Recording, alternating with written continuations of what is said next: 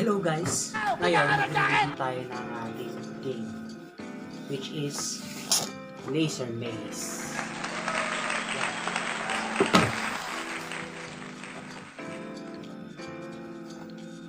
Wait, karton. Instruction. Anong instruction?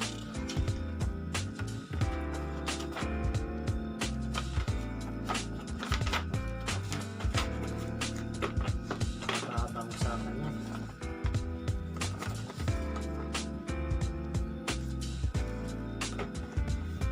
Actually, kanina, nabasa ko na yung mga instruction dito. Paano siya laruin. Ngayon, ipapakita ko na lang sa inyo kung paano siya laruin, then i-review natin siya. Ito yung board kung saan ka magbe-base. Ito yung mga pong.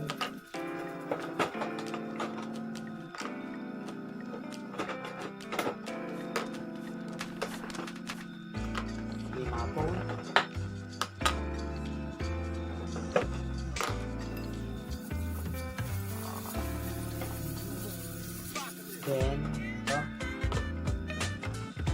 Then, sa loob, nakikita natin na meron siyang nahulog. Meron siyang mga deck of cards. Ito daw yung gagayahin mo para dun sa maze na gagawin mo. Sisay natin yung mga cones. Ito parang may transparent eh. Transparent. Parang tatagos dito yung laser eh. Tapos ito rin, ganito rin. Parang tatagos din yung laser dyan. Then ito, may mirror kung saan parang babanda yata yung laser dito. Then matatarget nyo yung target mo. Re-reflect. Yan, oo. Magre-reflect. Then ito yung laser.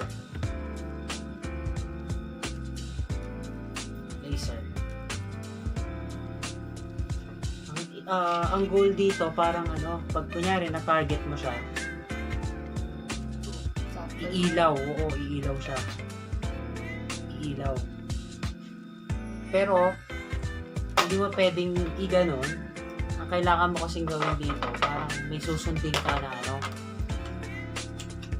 na patterns. Mga patterns kasi ito, yung card mismo.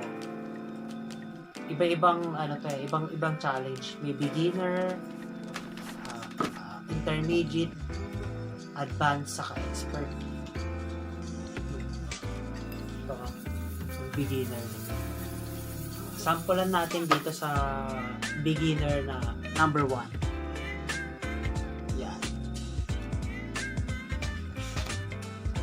Gagayahin mo daw siya eh. At meron siyang lalagyanan ng card dito kung saan mo gagayahin yung pattern. Ito kasi pattern to. Parang ito na yung maze. Ang goal mo dito, mapailaw yung dito. Yung pula. Okay, gayahin muna natin. Ito yung laser. Lagyan natin yung laser dyan. Then itong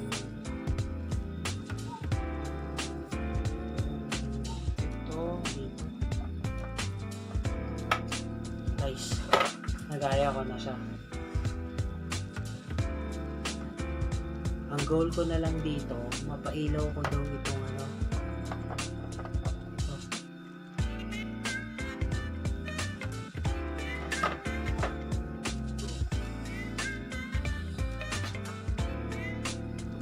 kailangan mo kasing gawin dito eh. Kailangan mo malaman kung saan babanda yung laser.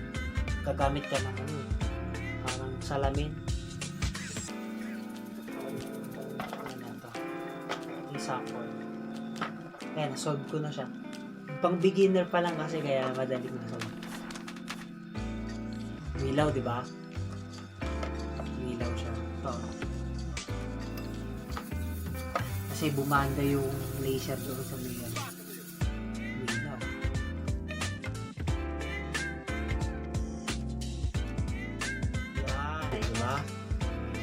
ilaw. Try naman natin yung number 2. Try mo ba? Hindi Hindi ko siya itatry lahat kasi pag tinry ko to lahat, baka umabot tayo nung next year. I-review ko lang kung paano siya laruin. Ito, number 2 naman tayo.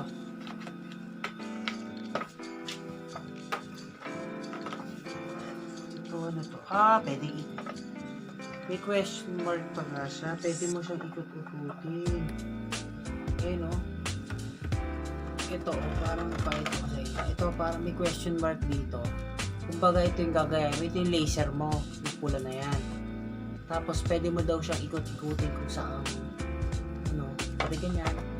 Ito, pwede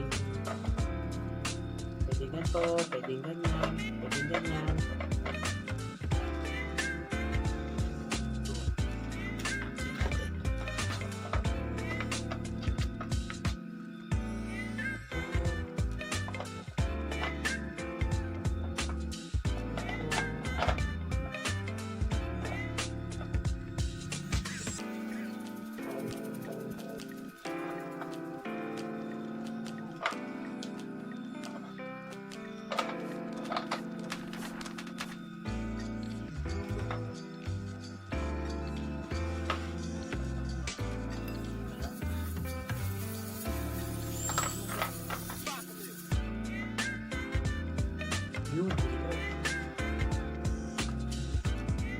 Ito yung target kasi natin kasi nakasulat doon. Ito yung target natin.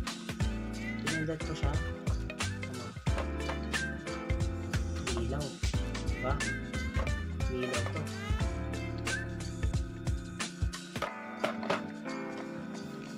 Ang review ko dito sa game na to, maganda yung game na ito para sa mga batang mahilig sa mga puzzle. Then maganda rin sa mga anak nito. Pero hindi siya recommended sa mga 8 years old pababa kasi may maliliit na parts. Yan, kakainin nila yung mga parts na to, lalo na maliliit. Kakagatin. Baka malunok nila. Then una sa lahat din, meron ding baterya. Baka malunok nila. Ewan ko kung poisonous to. Tapos itong laser, hindi rin advisable sa mga bata, yung mga toddlers. Baka kasi itapat, parang ganito. Parang ganyan, tinatapat. Baka mama itapat nila sa kalaro nila, tapat nila sa sarili ng mata, baka masira yung. Pero may caution naman siya Pero syempre bata Kung ako bata, kung ako yung magulang, kunyari may anak ako, naglalaro na ito, hindi ko ito nire-recommend sa mga maliliit na bata. Baka kasi ito, delikado. Tapat sa mata yan. Diba? Pag magulang yung mag-rate nito, baka 4. Pero sa akin, 10 to. Kasi maganda yung laro. Saka astig. Kasi diba, target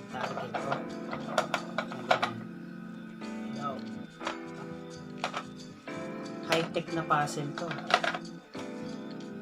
Tapos marami siyang challenges. Pero kung kaya nyo namang bawalan yung anak nyo or kaya nyo namang magpabawal kung kayo yung batang nanonood, maganda tong laro. Kung may disiplina ka, maganda tong laro. Ito kasi sorry. Yan ang maganda. Next video naman tayo. Magre-review ulit ako ng mga bagong games. Salamat!